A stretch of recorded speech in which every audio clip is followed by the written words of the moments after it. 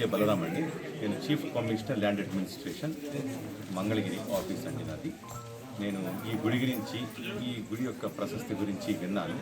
తద్వారా దర్శనం చేసుకోవాలని మా బంధువైనటువంటి అబ్బూరి రమేష్ నాయుడు గారికి మరియు వారి ఫ్రెండ్ అయినటువంటి చిరుతాను నరేంద్ర గారికి మరి రిక్వెస్ట్ చేయడం జరిగింది.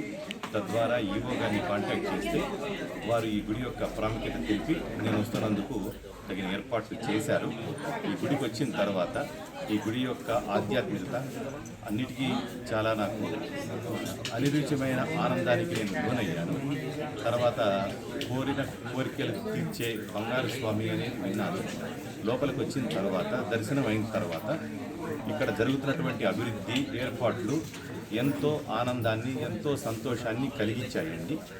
దీని ద్వారా భక్తులకి ఎక్కడా లోటుపాట్లు లేకుండా, ఎలాంటి విమర్శలకి తావు లేకుండా స్వామివారికి దర్శనం కోసం వచ్చిన వాళ్ళందరికీ చాలా మంచిగా జరిగింది. అందరూ భక్తులందరూ కూడా నేను చూశాను, ఎంతో సంతృప్తితో వెళ్తున్నారు.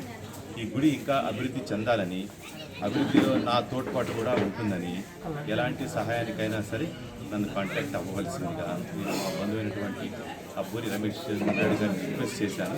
ఈ సదావకాశాన్ని నాకు కల్పించిన ఆలయ ఈవో గారికి మరియు నాకు ఈ ప్రోటోకాల్ దర్శించినటువంటి సిబ్బందికి నా ధన్యవాదాలు తెలుసుకుంటున్నాను. Thank you sir, thank you very much. మాకు రాబోయే కాలంలో ఇప్పుడు ఈ 2600 సంవత్సరాల పూర్వం దేవాలయం సార్ ఇది. రాబోయే కాలంలో ఇప్పుడు ఆర్కాలజీ డిపార్ట్మెంట్ కంట్రోల్ ఉంది. వాళ్ళు ఏదైనా పని చేస్తే మనం ఒప్పుకునే వాళ్ళు కాదు. అలాంటి ఆర్కాల్ డిపార్ట్మెంట్ రెవెన్యూ వర్క్ చేస్తున్నారు. తద్వారా ఈ దేవాలయానికి కుంభాభిషేకం చేయాలని ఒక సంకల్పం ఉన్నాం సార్.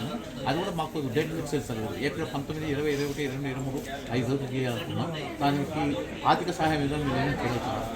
తప్పకుండానండి. నేను మా బంధువుతో మాట్లాడి దీనికి అవసరాలకు తగ్గట్టు మనం భగవంతుడికి ఇచ్చేంతటి వాళ్ళం కాదు.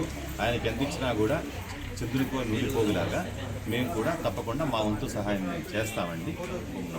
Thank you sir, thank you very much.